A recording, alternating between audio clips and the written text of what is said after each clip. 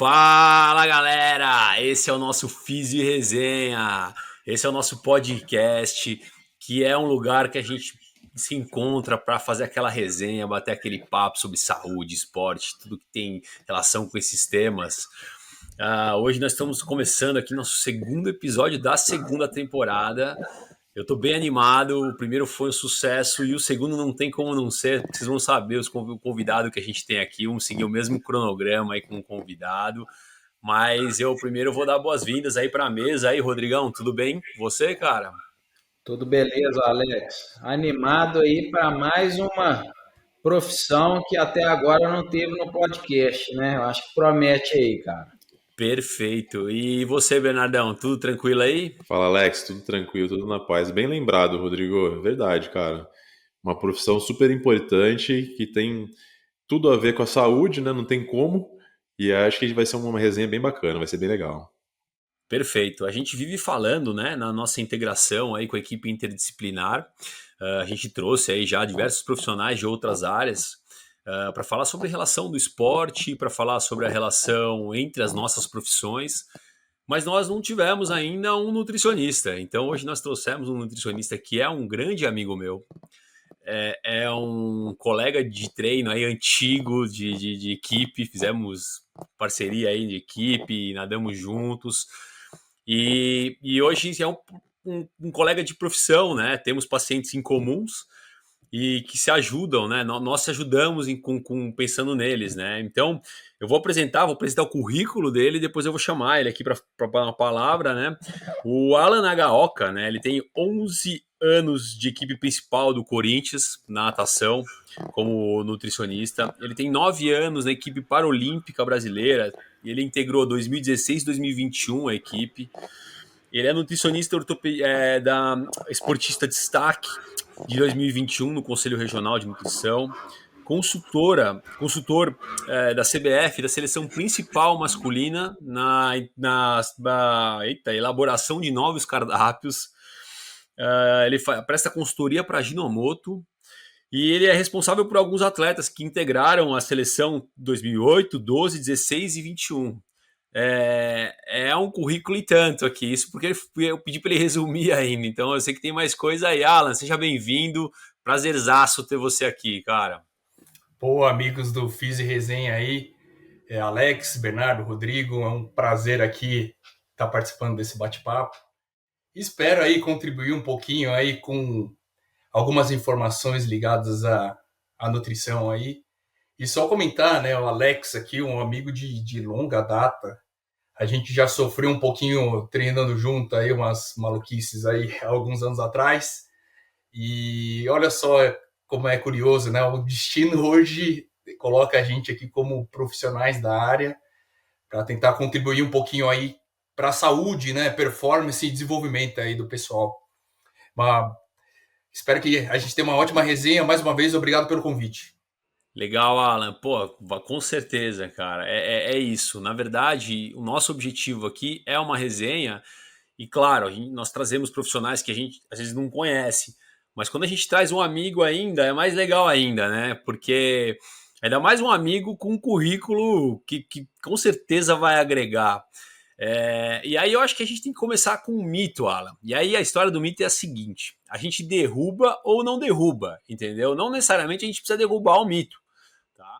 O mito é aquela coisa que a gente ouve aí nos ditos populares e muitas vezes as pessoas falam e isso vira uma verdade e muitas vezes é uma verdade mesmo, mas às vezes não deixa de ser mito, até porque a ciência é cíclica, né, Alan?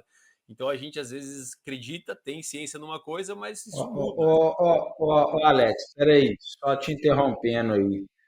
Parece que seu microfone ficou baixo, ficou só para mim também? Ficou, mas eu achei que alguém tinha mexido aí. Vê se não desconectou aí, Alex. Alô? Aê. Pode ter desconectado. É isso, pode ter Aí, dado uma voltou. desconectada. Conectado. Voltou. Volta, Boa, voltamos então aqui. aí, volta Né? do mito. Então, a ideia do mito, Alan, muitas vezes um dito popular, que muitas vezes é simplesmente uma coisa dita muitas vezes e que vira uma verdade. Algumas vezes pode ser uma verdade e a gente comprova com a ciência, né? A ciência é feita para questionamento mesmo, e muitas vezes muda, né? Mesmo na ciência a gente tem uma certeza e essas certezas mudam, né? Então, a gente pensou aqui, eu vou falar o mito hoje, a gente pensou no leite, Alan. Afinal, o leite faz bem, faz mal, ele inflama, ele não inflama, a gente tem que tomar, não tem que tomar. Que história é essa, Alan? Será que é um mito isso ou não é um mito? A gente derruba ou não derruba? Pode falar um pouquinho, e aí você no final pode mandar ver aí. Olha, é legal esse quadro.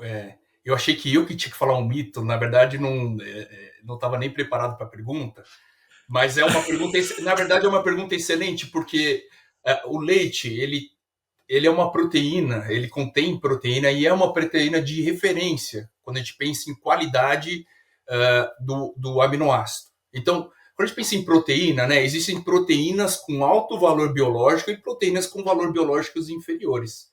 E quando a gente começa a comparar a proteína, a gente tem que comparar com alguma coisa, certo?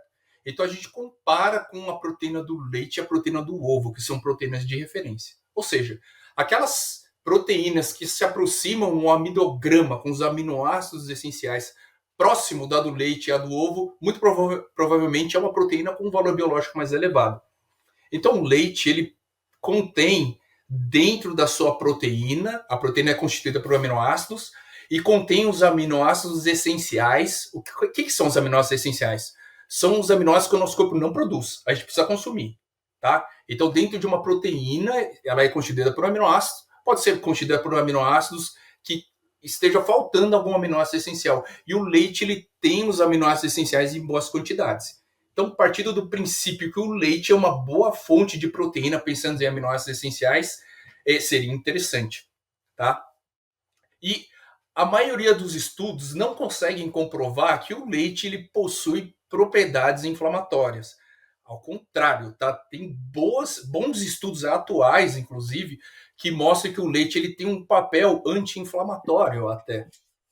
É claro que existem alguns indivíduos que não conseguem metabolizar bem essa proteína do leite, tá? Na verdade, o açúcar do leite. Alguns a proteína, outro açúcar do leite, que é a lactose. Então, e nós temos quantidades limitadas de lactose, que é a proteína que digere o carboidrato.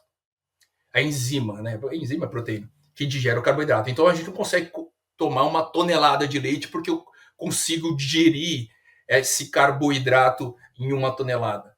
Mas a gente consegue suportar, até o pior em lactose, consegue suportar um copinho de leite. Então, pensando em inflamação, me parece que o leite é mais mito do que é uma proteína interessante, é um alimento nutritivo, é um alimento saudável, mas é claro, serve para toda a população? Não, né? Tem um indivíduo que não consegue, né, digerir esse açúcar do leite de forma ideal, que é a lactose. Aí sim, ele pode ter algum sintoma gastrointestinal ou algum outro distúrbio, algum outro desconforto. E esse desconforto pode gerar algum desconforto, né, no dia a dia do indivíduo. Então, como a gente tem que evitar alguns desconfortos, então essa proteína, esse aminograma, ele consegue ser substituído por outras proteínas. Mas eu considero o leite um alimento saudável e um alimento que eu gostaria que fizesse parte dentro de uma ampla gama da população. Ela pode sim fazer parte. Perfeito, Alan. Porque dentro desse mito, às vezes a gente escuta assim: a gente é o único animal que depois de adulto continua tomando leite ainda e tal, esse tipo de conversa, né? Então, a melhor coisa é a gente conseguir, com estudos, né, mostrar que sim, faz bem, faz parte do nosso cardápio alimentar e tá tudo bem, né? Tirando, claro, as pessoas que têm essas intolerâncias. Né, Rodrigão? Você tem alguma coisa para falar aí?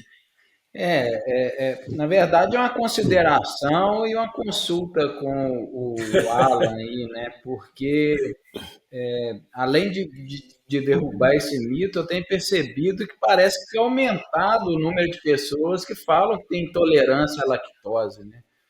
Hoje em dia, todo mundo fala que tem intolerância à lactose, eu não posso com leite, enfim.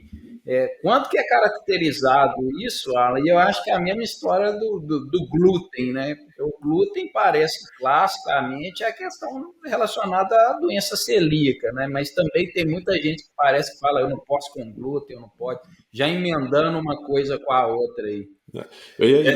O lance do glúten, né? A galera ainda fala o seguinte: ah, não, porque o glúten é inflamatório para o corpo, né? Então eu não vou poder consumir glúten, eu tenho que retirar isso da minha dieta. Aí eu tenho Mas visto a galera tirando a coisa da dieta que, tipo, é igual leite, igualzinho leite, a mesma então, história. Por isso que eu já mesmo emendei na história aí O da glúten foi lactose. junto aí no mito aí. Mas, então. Alan, pode falar do leite aí, cara, porque também a gente já pegou o Alan de surpresa. Você viu que ele tá preparado, né? A gente pegou ele de sopetão e o cara deu uma bela resposta aí, né? Você viu? Mas legal que o glúten também é um assunto extremamente interessante. Mas só complementando aqui a expressão do leite, vale a pena lembrar, gente, que os produtos do leite, os produtos derivados do leite, né, eles constituem uma fonte importante de um mineral que é o cálcio. Quando a gente pensa assim, cara, o que é fonte de cálcio nessa natureza aqui? Não vem me falar que é brócolis, que o cara tem que comer uma tonelada de brócolis. É uma fonte boa, mas o que é fonte mesmo são o leite e derivados.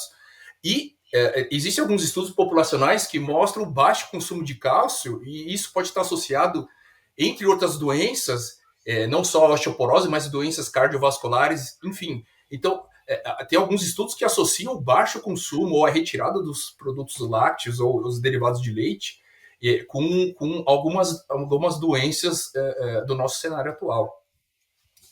E continuando aqui sobre o leite, assim, né?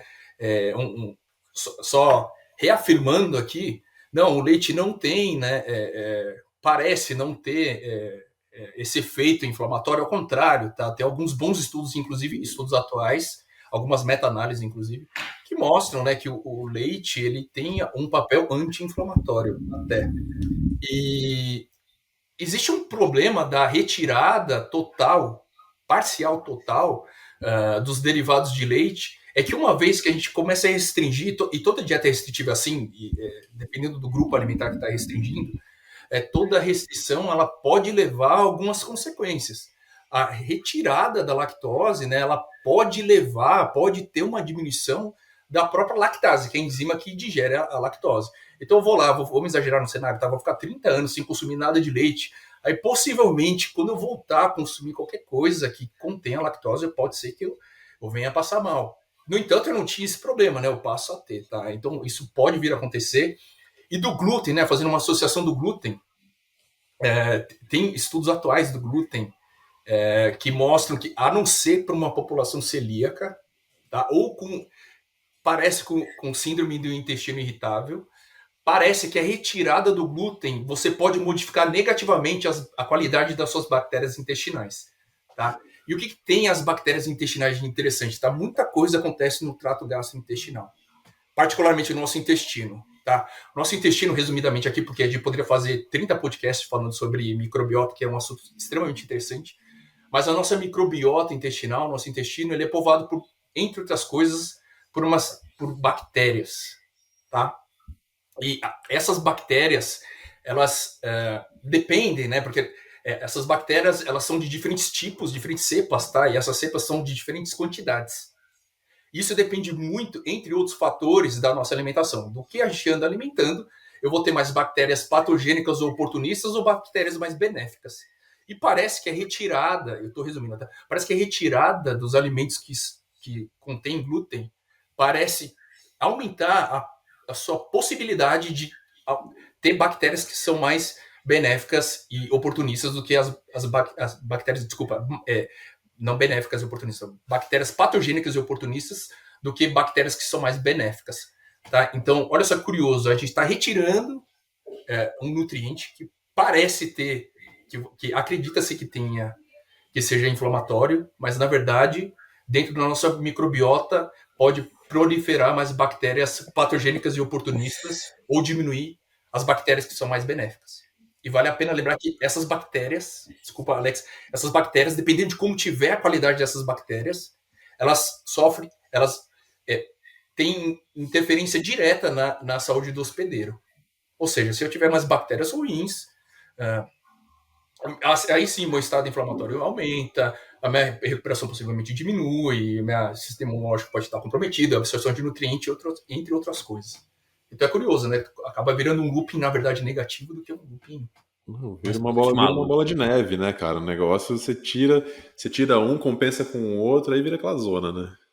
Mas, cara, Bernardo, existe um negócio do glúten que é interessante, é que quando a gente tira, vamos fazer uma dieta, vamos emagrecer, vamos tirar o glúten e lactose. Sempre tem aquele 1-3% que tem o efeito da nossa cabeça, né? Eu tô tirando, agora que eu vou seguir a dieta certa, porque eu tô tirando essa parada, vou fazer. Engaja, né? não, e tirar o pão, né? O pão, todo mundo fala do pão, né? O cara fala assim, tirei o pão. Aí você pensa assim, pô, vou emagrecer, né? Eu tirei o pão. E capaz de você emagrecer, porque você tá tirando um carboidrato ali da manhã, né? E às vezes o cara até faz uma dieta, começa a restringir um pouco o carboidrato, né? De repente pela manhã, e aí o cara emagrece por outros fatores. Mas é muito legal isso, porque a nutrição, eu sempre falo isso, a nutrição é uma doideira, né, Alan? As teorias de plausibilidade da nutrição são fantásticas. Você ouve uma pessoa fazendo uma teoria sobre o glúten, por exemplo, você acredita, né? Então você vê os gurus da nutrição, eles são extremamente eles conseguem fazer você acreditar nas teorias porque elas fazem sentido, né? Mas como tudo na ciência, né? O que faz sentido tem que ser colocado à prova, né? A gente tem que questionar isso, né, Rodrigão? Na nutrição você não tem essa mesma impressão, né? E a gente vai passar essa palavra para o Alan depois, mas fala aí, Rodrigão. Eu não só tenho essa mesma impressão, como eu acho que é a área que tem mais guru que dá pitaco, né? Eu acho que a nutrição sofre um pouco com todos os profissionais de saúde nesse sentido. E aí eu acho que essa questão de desmistificar, de realmente vir um profissional que é autoridade no assunto, que tem evidência científica debaixo do braço, deveria ser um programa de saúde pública, isso, né? Enfim. Cara, esse negócio, a plausibilidade da nutrição, eu acho que favorece isso, né? Porque todo mundo vai dar um pitaco, todo mundo vai ler alguma coisa. Aí quem, por exemplo, a área da saúde, ciclo básico, todo mundo estuda fisiologia, né? Aí você vai estudar o que é ligado na fisiologia, aí você vai lá nos fundamentos de cada alimento, né? Depois acho que eu poderia falar um pouco dos alimentos aí ultraprocessados e tal, que a galera fala tanto, né? E aí sim eu vejo, aí por plausibilidade, eu falo, pô, isso aí pode ser inflamatório, né? Aí sim, talvez não funcione direito as reações químicas que a gente precisa, sei lá, para uma digestão, para uma absorção de proteína, para uma absorção de vitamina. Aí sim vai sentir, pode estar relacionado com dor. Aí sim as coisas podem fazer sentido. Mas olha como é que essa plausibilidade vai levando a gente que tem uma noção básica de fisiologia, vai levando aos achismos, né? Então é interessante, bem colocado isso aí, Alex. A plausibilidade acho que é o que pode atrapalhar, né, Alan? Diz aí. Pois é, e quando a gente pensa em dieta, né? Quando a gente pensa em potencialmente em emagrecimento, entre outras coisas, quando a gente chega assim pro paciente e fala assim, olha, cara, hoje você vai cortar pão, beleza? Aí, consequentemente, o cara, eu vou deixar de comer um alimento que é gostoso, me gera prazer, eu tô acostumado a comer toda a minha manhã ou toda a minha tarde. Aí chega na hora depois do almoço, que ele comeria a sobremesa, o cara fala, não, cara, pô, eu já não comi meu pão no café da manhã, já não posso comer meu pão à tarde. Então, quando a gente pensa em adesão à dieta, por isso que algumas restrições, assim, elas podem até, num primeiro momento, aumentar a própria adesão da dieta, porque o cara vai ter um sacrifício de não ter aquele alimento, que pode fazer com que dentro de um plano alimentar ele tenha uma maior meticulosidade na dieta, né? Mas não é retirada, na minha opinião, do pão, do glúten ou possivelmente da lactose, que exclusivamente aquilo vai fazer com que todos os objetivos sejam alcançados, né? Que nem eu comentei aqui, tem estudos atuais, inclusive, que mostram que possivelmente a retirada do glúten pode estar alterando negativamente a qualidade das bactérias intestinais, e isso na saúde do hospedeiro. E idem para a lactose, é um alimento até então saudável para indivíduos que não têm nenhum problema e, na minha opinião, não deveria ser retirado na dieta, ainda mais pensando em cálcio, enfim, entre outras coisas. Legal. Aí eu vou entrar e fazer outra questão para você, então, Alan. A gente derrubou esse mito aí, né? Eu não sei se essa vez vai ser bola de boliche, o que, que vai ser, mas o Rodrigão vai se virar com isso aí, né, Rodrigão? Mas olha só, eu tenho um exemplo aqui, Alan, e aí eu acho que vai ser legal para você discorrer, né? Que eu acho que vai bem nesse intuito do sacrifício, né? Nós estávamos com um atleta muito bom e que precisava emagrecer. E a ideia dele era deixar de comer. E principalmente antes de treinar. Então ele treinava de manhã, fazia mais ou menos que nem eu, né? Porque eu fazia isso também. O Alan é meu nutricionista. Viu? E ele já falou: não, Alex, você precisa comer antes de treinar. E ele ia direto. E aí, quando ele fez o plano alimentar da nutricionista, porque nós tínhamos uma equipe interdisciplinar, ele virou e falou assim: eu não vou emagrecer nunca, assim, porque eu vou comer toda hora, né? Tipo, toda hora você me dá uma comida aqui, como é que eu faço isso? E aí vai no jeito contrário, né? Porque você vai ter que educar esse atleta. E aí eu vou estender a pergunta para não atletas também, para o paciente, né? Ou seja lá, você vai estender, você vai ter que educar ele de que talvez ele vá comer nas horas certas, né? E os alimentos certos, e vai emagrecer mesmo assim, ou vai conseguir ter uma alimentação mais saudável, né? E esse atleta, a gente atingiu uma meta, foi atingido a meta de emagrecimento muito bem atingida, de uma maneira super saudável, e assim, a nutricionista foi fantástica ali na abordagem e tudo. Então, isso deve ser difícil, né, Alan? É, na verdade, quando a gente pensa em educação alimentar, na minha opinião, quando a gente pensa em criar novos hábitos, a gente precisa pensar não só em comer melhor, mas comer nos horários também que é sugerido que o paciente, o atleta, ele se alimente, né? Então, não só o que comer, mas nas horas o que comer também. E pensando no mundo de atleta, mas isso pode ser estendido também para indivíduos praticantes de atividade física ou para indivíduos sedentários, inclusive, dietas muito restritivas, elas têm os estudos mostram que elas têm prazo de validade de curto a médio prazo. Então é muito difícil a gente fazer um negócio que é muito restritivo, que é muito difícil, porque a gente acaba ativando áreas do nosso cérebro que estão relacionadas à recompensa, a gente aumenta, pode ver que o fome, a gente está com fome, até o alface, cara, a cenoura fica mais gostosa. Então, a palatabilidade, ela muda. Então, você está lá passando por meses, semanas de restrição, um negócio extremamente maluco. Aí vai chegar uma hora que você vai comer e você fala, cara, sem brincadeira, eu preciso comer. Então você vai comer mais do que o plano deveria. Esse é um ponto número um, tem a ver com áreas correlacionadas à recompensa do cérebro. E também, olha só que interessante, o nosso corpo, quando a gente está fazendo grandes restrições ou períodos muito grandes sem se alimentar, isso está mais relacionado à restrição energética. O nosso corpo cria mecanismos metabólicos, hormonais, para reter mais energia. Então, o nosso gasto para atividade física acaba sendo menor. A nossa taxa metabólica basal acaba sendo menor. O nosso efeito térmico do alimento acaba sendo menor. Por isso que acaba atingindo um platô. O cara fala assim, nossa, eu emagreci 10 quilos, depois eu emagreci 3 quilos, depois eu engordei 1 quilo, e eu não fiz nada muito diferente. O nosso corpo acaba tendo a conservação de energia. Então, coisas muito, muito restritivas, muito malucas, além de prejudicar a performance, acaba tendo um prazo de validade um pouquinho curto ou médio. Então, por isso que a ideia da educação nutricional, a ideia de se alimentar constantemente para evitar que o cara vá lá e destrua depois, eu acho que essa é a ideia mais duradoura, digamos assim. E uma vez instalada, né, o hábito alimentar constituído, bem instalado, uma escapadinha ou outra, acho que não, em termos gerais, não faz muita diferença, né? Agora, quando é muito restritivo, o cara vai lá, tira, come um negocinho errado, aí já vem peso na consciência, aí que eu vou fazer mais restrição ainda. De novo, pode potencialmente virar um looping um pouquinho mais negativo do que positivo, né? Que legal.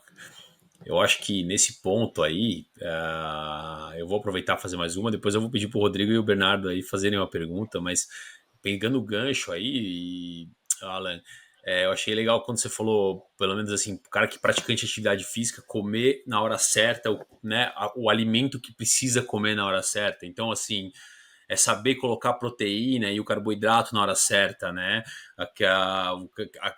O valor energético que você precisa, a energia que você precisa para fazer atividade física.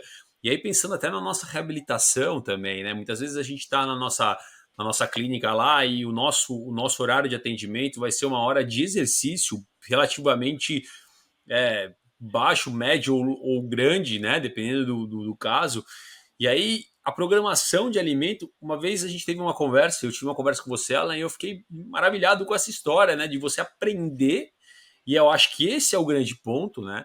De você ter a eficácia, a autoeficácia de aprender que alimento usar. E aí você pode variar alimento. E aí eu vou emendar uma pergunta na outra, que você já me falou sobre isso, que variar alimentos é muito bom, mas assim, variar, né, dentro do que você precisa no momento certo. Desculpa se foi isso, não sei se você conseguiu entender, e aí eu queria que você pudesse discorrer um pouco sobre isso, que eu acho muito bacana. Legal, eu acho que essa pergunta é bem interessante quando a gente correlaciona até, inclusive, em aspectos correlacionados à lesão e à própria fisioterapia. Perfeito. Vale a pena lembrar que vou dar um exemplo aqui, que o indivíduo, não precisa ser atleta não, que hoje tem praticantes de atividade física que os caras são bem malucos, tipo você, que os caras são bem malucos, os caras fazem atividade física constante e às vezes fica 5 horas no mar aí, então, que é bastante ativo, né? Então, claro que quando a gente pensa em populacionalmente, eu acho que a galera tá mais para inatividade do que atividade física, mas existe as pessoas que não são atletas, mas que têm uma carga de exercício grande, de alta intensidade e duração, inclusive, e uma vez que, suponhamos aqui que a carga de trabalho, tanto físico quanto mental, mas de exercício físico é de alta intensidade e longa duração, se o indivíduo não tiver o combustível certo, a incidência de doenças, especialmente do trato aéreo superior, e de lesão, ela é aumentada. Né? E não só isso, mas a severidade das doenças e das lesões, ou das ocorrências, elas também são aumentadas. E não só pela intensidade e duração, mas pela própria falta de combustível para realizar esse tipo de trabalho. Né? Então, quando a gente pensa também na parte de reabilitação, a gente pensa até mesmo num fortalecimento, se ele não tiver combustível para realizar esse fortalecimento, às vezes esse fortalecimento ele acaba não sendo de forma ideal ou esperada que nós da equipe multidisciplinar a gente planeja, porque depende também de substrato energético, também depende das respostas metabólicas e anabólicas desse tipo de treino que faz. E se não tiver combustível, ou essa atividade acaba sendo inferior ou não esperada, ou as consequências e adaptações desse tipo de atividade acaba sendo não esperada também. Então, de modo geral, que os exercícios de maior demanda, né, tanto intensidade e duração, elas exigem, né, que tenham combustível, obviamente, maior ou correto, para que essa demanda e que essas adaptações elas sejam adaptações esperadas. E que o treino também seja esperado, né? Então vou lá, tô 30 horas sem comer, bora levantar todo o peso na galáxia e tentar fazer a maratona de São Paulo. Acho que às vezes a gente até termina. Mas será que esse é o nosso objetivo? E as adaptações que a gente vai ter disso, será que é isso que a gente espera? Ou a minha chance de ter doença do trato aéreo superior ou ter alguma lesão, será que não é potencialmente aumentada? Será que é isso que eu espero? Acho que a maioria das vezes não, né? Então, alimentação, Legal. Fisioterapia, medicina. É uma variável bem importante aí quando a gente pensa em lesão, né, Rodrigo? Fundamental, né? E você vê qual fisioterapeuta, né, que fica antenado para essa questão, né? Já fica aí uma dica, né? Ganhar força com o paciente, treino de intensidade, né? E a alimentação do paciente como que está, né? Substrato energético faltando aí, não tem evolução, enfim. Fica esse alerta aí, né? Para que nós fisioterapeutas, né? Ficamos atentos aí, né, e procure aí a indicação do profissional mais adequado, no caso é o nutricionista, né. Mas eu vou pegar um gancho que o Alan falou aqui, que eu acho que, né, todos os profissionais de saúde acabam enfrentando isso, né, que é a questão de adesão, engajamento, né, talvez na nutrição é mais ainda, né, às vezes todo mundo sabe o caminho ali que tem que fazer, enfim, E você colocou um termo interessante, né? Educação nutricional. Como que isso é trabalhado, né, dentro da nutrição? Se tem um caminho aí que, né, se mostrou mais efetivo, ou se não tem essa regra? Como que é feita essa desconstrução, às vezes, de crenças? Como vocês monitoram isso, né? Enfim, se existe esse norte assim para ter uma efetividade maior ao processo aí terapêutico. Legal, essa pergunta parece simples, mas ela é extremamente complexa. Primeiro, o primeiro ponto que, Rodrigo, você comentou que é bastante interessante, a alimentação é engraçada, né? Todo mundo entende um pouquinho, porque a gente está acostumado a alimentar desde quando a gente nasce, né? Os 6 primeiros meses lá, leite materno, mas a gente está sempre em contato com a alimentação. Aí, com o passar do tempo, tem lá, todo mundo entende um pouquinho de alimentação, come isso, e tem as crenças populares. E tem um negócio que é interessante, também comentando aqui, desculpa, toda hora eu tô falando de artigo, mas tem um artigo científico interessante que fala por que é tão difícil mudar.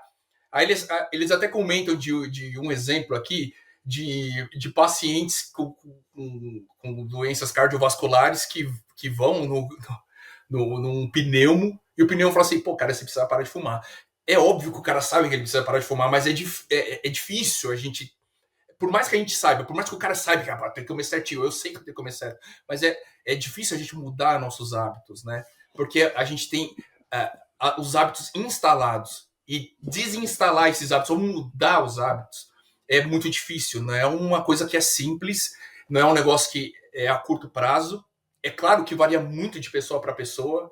Então eu posso montar um plano alimentar aqui que vale para os 3, tá? Mas eu sei que a resposta desse plano, isso vale igual de treino, né? Os treinos lá, todo mundo da mesma equipe treina igual, todo mundo, o treinador espera que todos empatem primeiro no campeão olímpico. Mas nem todo mundo vai ter a mesma resposta ao treino, assim como tem a mesma resposta à alimentação. Assim como a adesão ao treino, né? Tem uns que falam, putz, aqui, hoje eu vou mais de boa. A alimentação também não é diferente. Mas o fato é que, uma vez constatado que esses hábitos alimentares eles precisam ser mudados para um certo tipo de objetivo, a gente precisa construir novos hábitos. E essa construção de novos hábitos ele é difícil porque a gente gosta da nossa rotina, né? É muito difícil de mudar a nossa rotina. Parece que você fala assim, nossa, minha rotina é muito louca, eu quero sair daqui e me mudar não sei para onde. Cara, mesmo que se você se mudar para lá, vai ter um estresse pra caramba para mudar, porque é difícil a gente mudar a nossa rotina.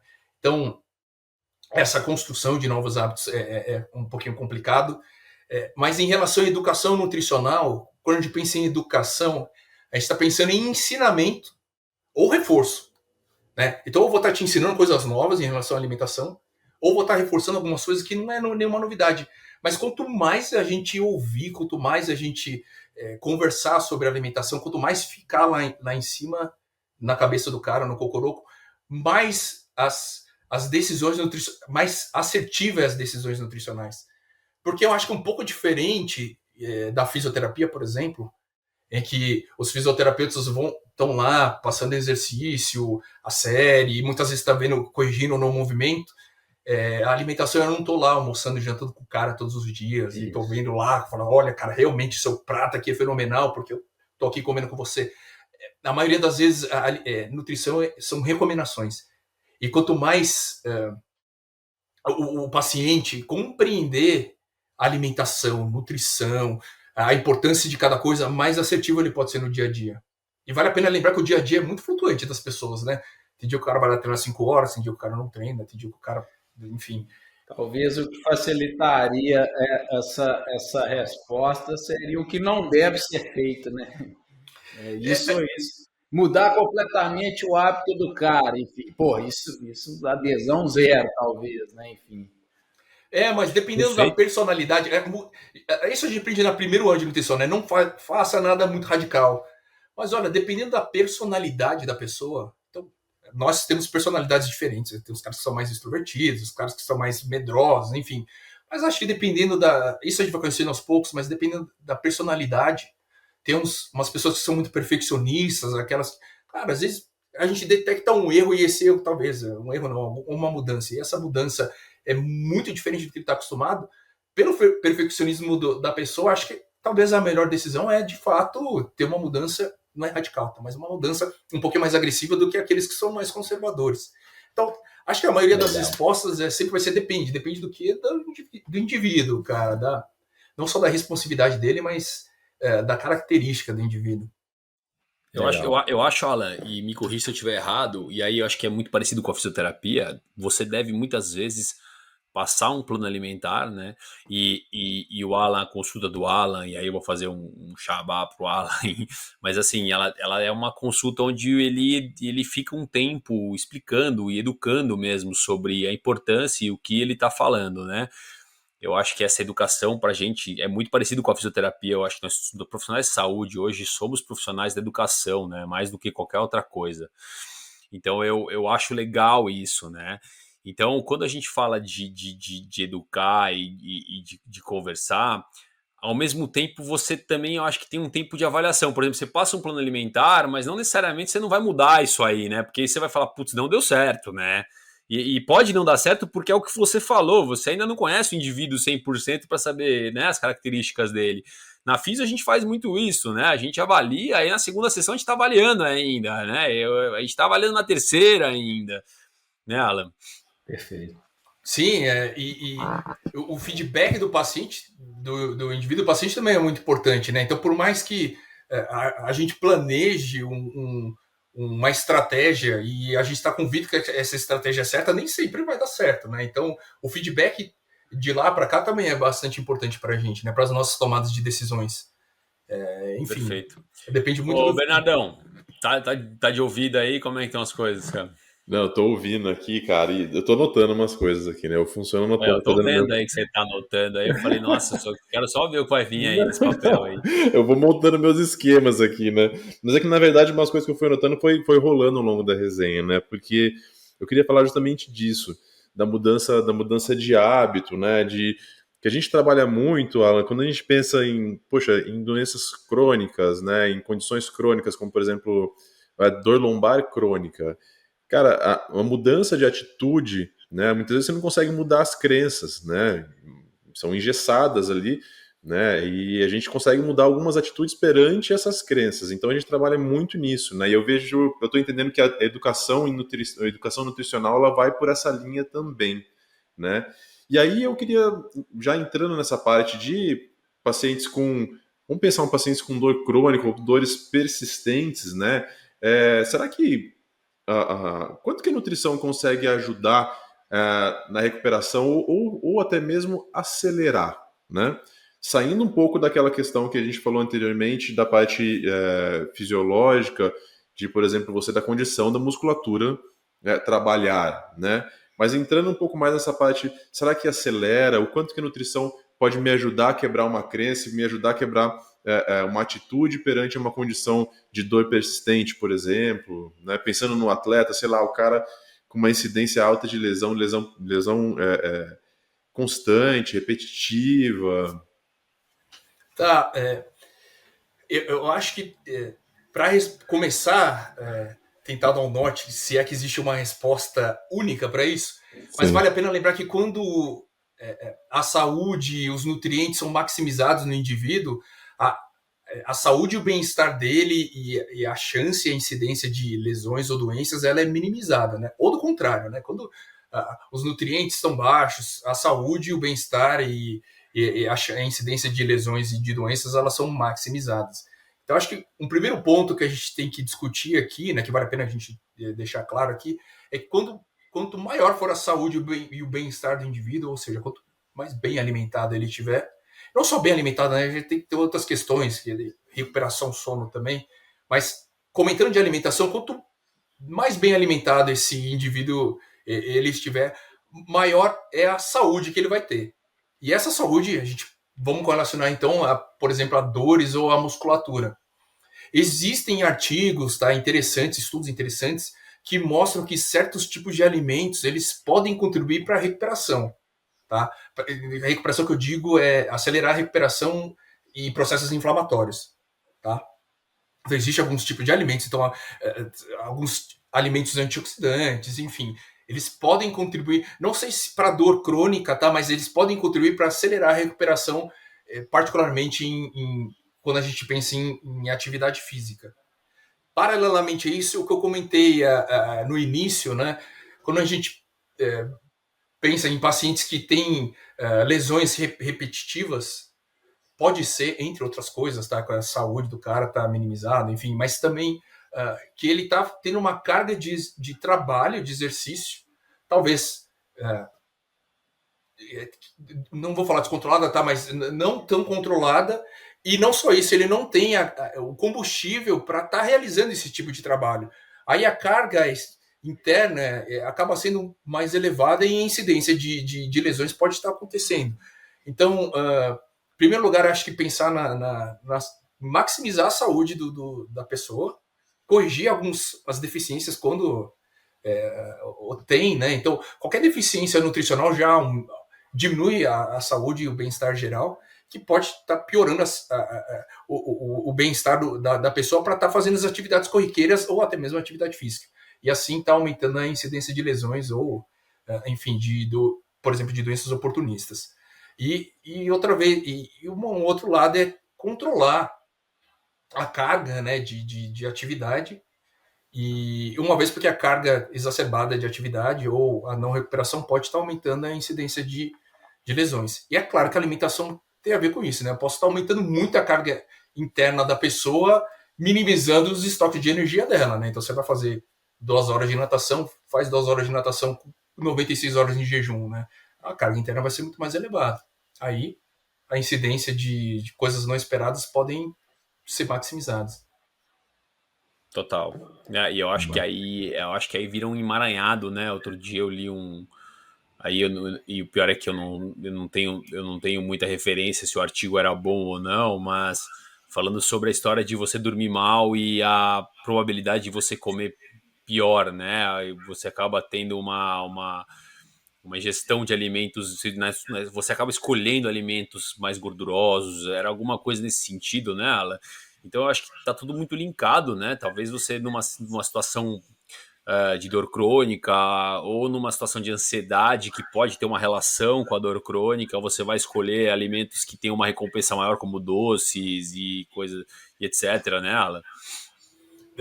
E esse estudo é bem legal, viu, Alex? E tem mais de um, né, que mostra... E é difícil ter o causal, né? Porque a má alimentação leva a um distúrbio do sono e o distúrbio do sono leva a uma má alimentação. Então, tá bem linkado esses dois fatores, né?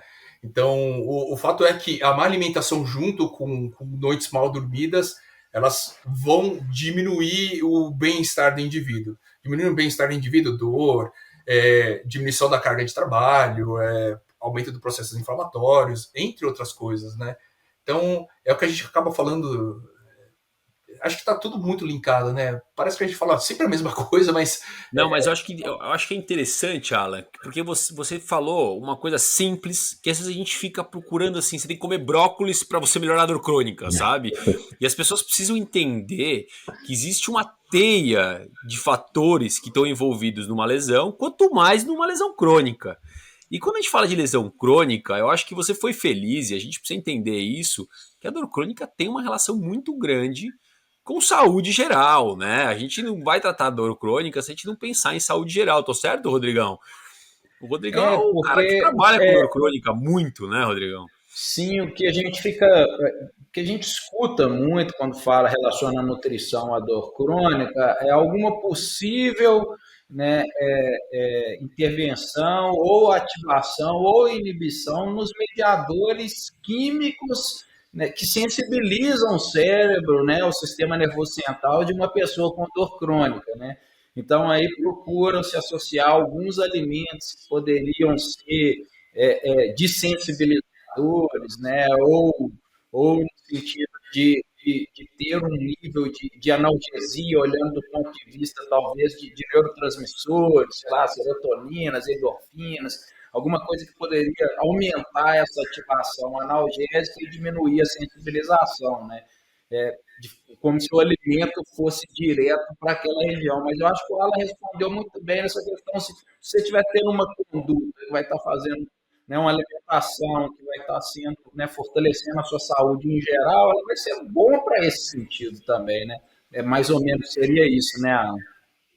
Olha, vocês comentaram que ia ser um bate-papo formal aqui para as pessoas entenderem, mas o Rodrigo fala. Então, vou comentar um pouquinho sobre. O Rodrigo ele não sabe brincar. Vou falar sobre. Tá, vou falar sobre. Então, quando a gente pensa em neurotransmissor, existem, né, alguns estudos interessantes que mostram, se a gente for ver analgésicos, sei lá, tem muitos analgésicos que contêm cafeína. Então, cafeína pode agir e alguns centros que estão correlacionados a alguns nossos receptores correlacionados à dor. Tá? Então, você pode ver, tem vários analgésicos, se alguém tiver curiosidade de ver analgésico, contém cafeína. Aparece que a cafeína pode estar dessensibilizando alguns desses receptores correlacionados à dor. E tem outros estudos, tem estudos interessantes que correlacionam uma substância que tem na beterraba, que chama betalaína, não é betalanina, que também está correlacionada não são todos os estudos, tá? Mas tem alguns que mostram que também está correlacionado à diminuição da dor. Tá? Quando a gente fala eu sou dor, fã da beterraba já, bicho. Que a beterraba tem outras substâncias, tá? Mas quando a gente pensa em dor... Eu sou fã da beterraba, já tem um monte de beterraba aqui na geladeira depois do Alan lá. Agora aqui tem beterraba, cara. Antes do treino é beterraba, meu. A beterraba tem... O que tem de especial é o nitrato, tá? Mas acho que não vai dar tempo para comentar no nitrato, mas... Desculpa, Alan. Eu só quis fazer a brincadeira, cara. Mas pensando em nossos receptores correlacionados à dor, tem sim estudos correlacionados à betalaína da beterraba, estudos correlacionados à cafeína, mas aí acho em alguns neurotransmissores que estão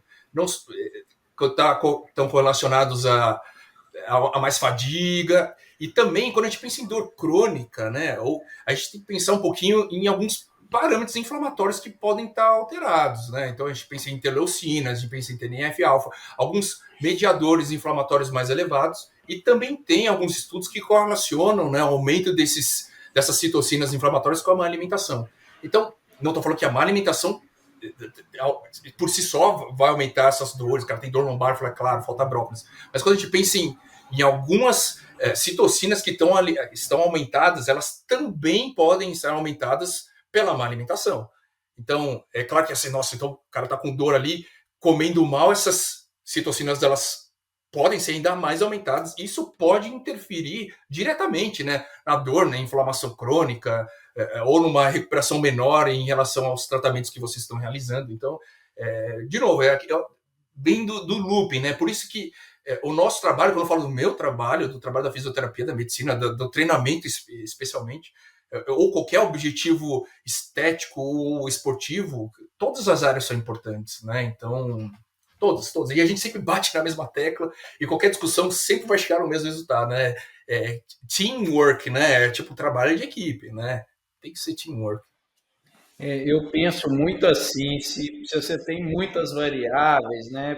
Ao mesmo tempo que você pensa na complexidade da situação, mas um pouquinho talvez que se alterar em cada coisa no big pictures aí pode fazer uma diferença grande, né? Então eu procuro raciocinar assim também. Não, eu já pensava em fazer que a simplicidade de algumas atitudes relacionadas a uma boa saúde, né, Rodrigão, podem interferir numa coisa muito mais complexa, né? Justamente. É isso, né? Que bacana, cara. Nossa, tá super legal o papo, Alan. Rodrigo, Bernardo, você anotou 1 milhão de coisas aí? Você aproveita que tá acabando o tempo, cara. Não. Depois só falar uma vírgula aqui, rapidinho, Bernardo. Desculpa estar cortando, porque tem uma fala do Alex, cara, que ele mandou por áudio para mim algum tempo atrás, eu não vou precisar se for alguns meses ou um ano. O que ele comentou é muito interessante, né, cara?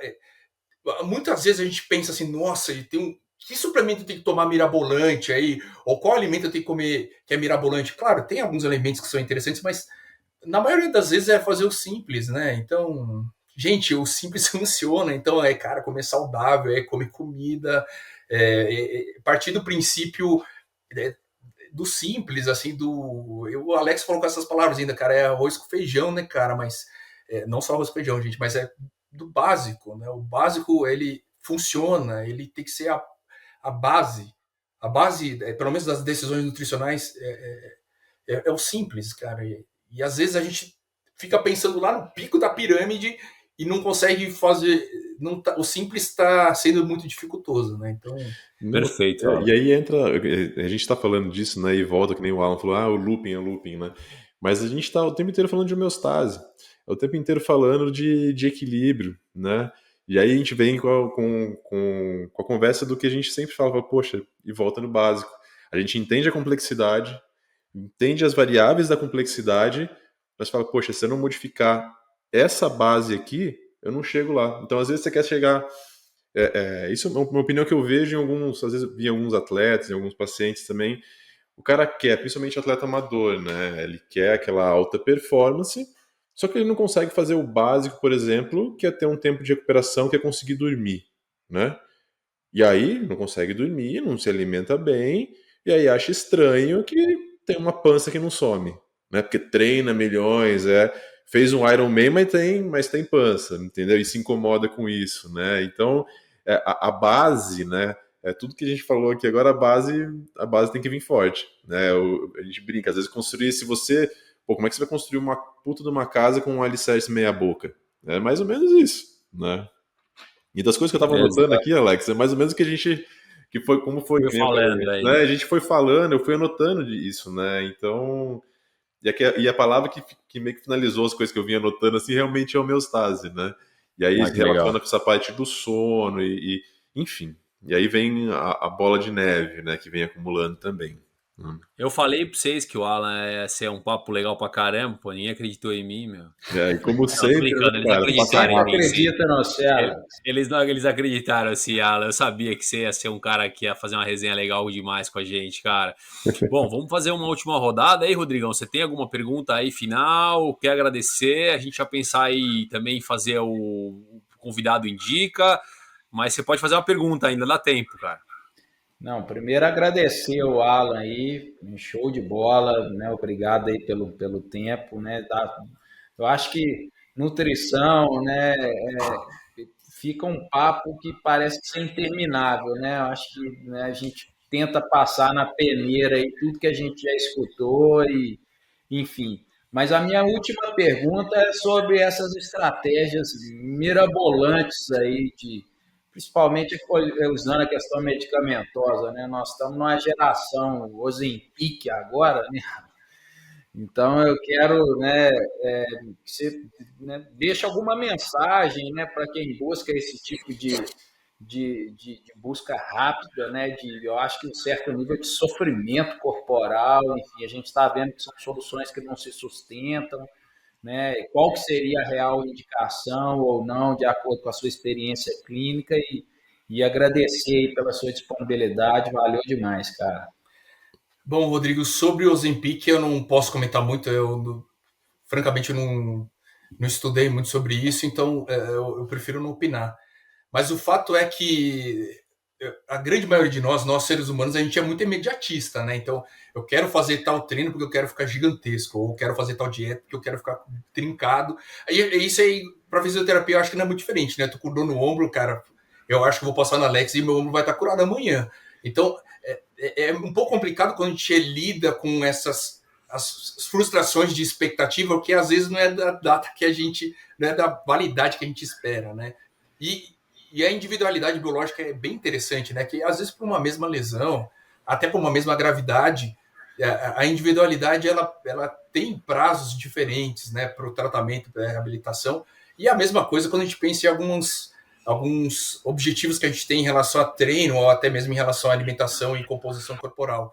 Mas a gente é muito imediatista, né? Então, acho que às vezes um dos nossos desafios, acredito eu, né, que seja da fisioterapia também, é conseguir colocar na cabeça do paciente que o trabalho ele é duro, às vezes os resultados eles não são tão imediatos, assim como ele espera, mas que é o caminho que a gente acredita que é o mais saudável, o mais interessante, essas nossas decisões, né? Então,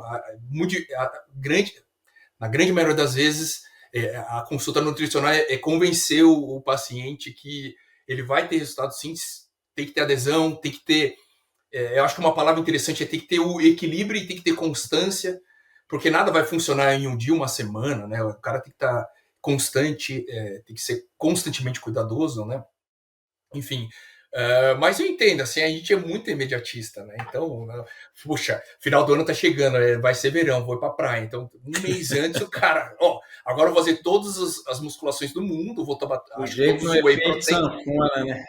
Pois é, e quando na verdade os melhores resultados, ou os resultados mais duradouros, eles são aqueles que são mais a longo prazo, né? Parece muito óbvio, mas na prática, quando a gente vai ver, a grande maioria dos nossos pacientes, eles são muito imediatistas. A gente entende, né, o lado deles, é óbvio, mas acho que a resposta está na constância, está na equilíbrio e na constância. E o equilíbrio e a constância é anual, né? É O cara 24 quer horas, mandar um 24 horas, 7 WhatsApp, dias. né? O cara quer mandar um WhatsApp na velocidade de mandar um WhatsApp, ele quer resolver o problema dele, né? Pois é. Bernardão, tem uma pergunta também, cara? Alguma finalização aí? Não, cara, eu acho que, puta, foi legal demais a resenha, a gente começar a entrar na parte, começar a falar um pouco mais de homeostase, tentar ver um pouco mais de recuperação através de sono, também falando um pouco de recovery, aí acho que entra num ritmo de uma outra resenha aí, mas era um tema Não, aí a legal gente vai ter que também. chamar o Alan de novo aqui, Nossa, cara, que porque esse assunto é legal pra caramba. Esse assunto é legal pra caramba. tem Legal muita demais, coisa cara. aí. Tem muita Legal. coisa para falar, né? A própria recuperação, eu acho que você falou uma coisa legal do recovery aí, né, Alan? O recovery é um negócio que é importante, né, cara, com a alimentação, né? Sono também, né? Total. Fala um pouquinho, cara. Dá para falar rápido um pouco pra gente, Alan? E a gente marca uma outra reunião será que a aí? gente não pode deixar assim para os telespectadores aí? Vale a pena lembrar, gente, aqui cada vez mais é mais mídia, ou seja, cada vez mais luz azul, né? Cada vez a gente está descansando menos, dormindo menos, cada vez mais as exigências, né, do dia a dia, trânsito, e a gente acaba ficando menos preocupado com o básico, que é sono, né? E muita coisa interfere no nosso sono, e existem muitas consequências do sono. Consequências que eu digo, consequências positivas e consequências negativas. O fato é que cada vez mais a preocupação tem sido menor com o sono, quando na verdade grande parte das nossas consequências, tanto fisioterápicas ou nutricionais, elas podem ser explicadas por uma melhor qualidade e eficiência do sono, né? Uhum. Então, acho que o tema sono e recuperação, o tema sono e lesão, e tema sono e alimentação, pode ser o próximo looping, pensando num tema interessantíssimo. Aí. Vamos trazer um especialista do sono aqui a próxima vez. Eu Boa. tenho um post legal que que eu sigo um cara que ele é especialista de sono, o inglês, né? Agora me fugiu o nome dele. E ele fala sobre as 5 dicas, né, que tem uma evidência boa já para você ter uma higiene do sono, né? Para você realmente tentar cada vez mais melhorar a sua qualidade do sono, porque não é só isso, não é só tempo, né? Eu aprendi muito isso nesses últimos tempos agora, que o importante é você ter uma qualidade do sono. Mas eu acho que isso é papo que a gente Vai longe, não vai cara. sair daqui hoje. Tem alguns Então, consensos aí até para atleta agora sobre sono, então tem umas coisas interessantes. Ana, a gente pegou você meio desprevenido aí, eu sei, em várias perguntas, inclusive, mas a gente tem um quadro agora novo na segunda temporada que é o Convidado Indica. E aí a gente tudo bem, se você não tiver para indicar agora, você pensa e depois você manda pra gente, a gente põe aí no link, aí nas nossas mídias sociais. Mas se tiver alguma coisa agora, pode falar, meu. Então, só para Bernardo, tem um negócio de sono não é só para atleta, não. Tem adolescente dormindo cada vez menos, aí o dia inteiro no celular, no joguinho. Sim. Aí. Então, e quais são as consequências de um sono ruim para pré-adolescentes e adolescentes? Então, sono me coloca à disposição para falar de nutrição, sono e recuperação, que é um assunto legal pra caramba, velho. Eu me amarro Gostaria de falar, vai me ajudar na minha finalização da tese aqui. Me amarro nesse assunto. Já temos uma pauta aí, vamos lá. Mas, então, é um negócio que eu fiquei...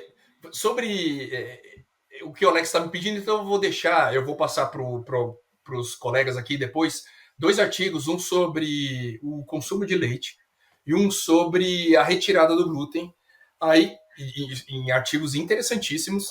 Aí deixa para o público aí dar uma lida, tá em inglês, tá? Mas dá para colocar no Google Tradutor aí e ele traduz. E são artigos teoricamente atuais, não são muito antigos. Não vou me lembrar o ano, acho que 2017 para cá. São 2 artigos interessantes que comentam um pouquinho sobre a ingestão de leite e um pouquinho sobre a retirada do glúten. Acho que isso. essa vai ser uma indicação. Eu sabia que o cara. Tá vendo? A gente tentou pegar ele no mito, a gente tentou pegar ele no final, no convidado indique, e o cara tá pronto. É isso. Mas é verdade, assim, Alan, eu quero agradecer muito a sua presença. Eu tive é, muito bom sentimento, né? Eu me consultei com você, eu tive muito bom sentimento em você como profissional, tá? Porque como amigo, a gente já tem essa amizade, a gente já passou poucas e boas juntos aí, mas como profissional, assim, eu fiquei muito feliz, assim, em ver a sua parte da educação, né? Que eu prezo muito. Eu tenho certeza que o Rodrigo preza muito. Eu tenho certeza que o Bernardo preza muito. Porque é isso, no final das contas, a gente, né? Você falou assim, a gente precisa, às vezes, a boa parte da nossa consulta é convencer, né? Mas na verdade você não está convencendo, você está educando, né? Educando com ciência. E você teve uma hora que você pediu desculpa por citar artigo, e é o que a gente quer, na verdade, né? É o que a gente gosta e o que a gente acredita. Que é realmente o refutado da ciência. Pô, o leite faz mal, o leite faz mal, o leite faz mal. Pô, legal, vamos ver se o leite faz mal. E a ciência entra aí para refutar se o leite faz mal ou se o leite não faz mal. Né? E aí você cita e ainda vai colocar um artigo aí para a gente poder ler. E aí é isso, né? Eu acho que saúde tem que ser levada a sério desse jeito, como você está levando e como eu acho que excelentes profissionais que a gente tem chamado, graças a Deus, né? Tem falado muito e nesse sentido, e eu acho que isso tem sido muito bacana. Então eu fico muito contente de ter você aqui com a gente. E eu tô animado para essa segunda temporada aí. E eu vou chamar você de novo para vir falar um dia com a gente. Certo? Obrigado, Rodrigão. Obrigado, Bernardo. Valeu, Valeu. valeu, Valeu. valeu, Alan. Valeu, pessoal. Valeu. Falou.